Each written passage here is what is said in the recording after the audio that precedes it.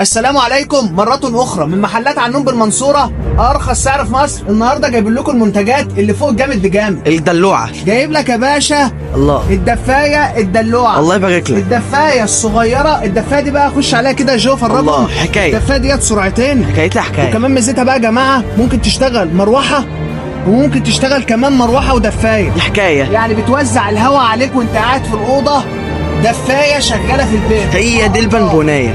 جايب لك يا باشا بقى الله، بص الحركة دي. الدفاية بقى الله. المعجزة اللي الناس كلها شغل بتسأل عالي، عليها. شغل الدفاية عالي. ديت مرحلتين، بتشغل شمعة وبتشغل شمعتين. الله يبارك لك. وزي ما قلنا أي دفاية يا جماعة يبقى البلاستيك بتاعها ضد الحريق. احنا بتوع الأصل. يعني لو اشتغلت معاك طول اليوم مش هتعمل معاك أي مشكلة. الله يبارك لك. اشتغلت معاك طول الشهر مش هتعمل معاك أي مشكلة. الله. وفيها كمان زرار أمان زي ما أنت شايف كده. شغل عالي. زرار الأمان ده بيفيد فيها يا جماعة إن أنت لا قدر الله لو الدفاية محطوطة عندك في الشقة وقعت على السجادة بالشكل ده كده ابنك وقعها،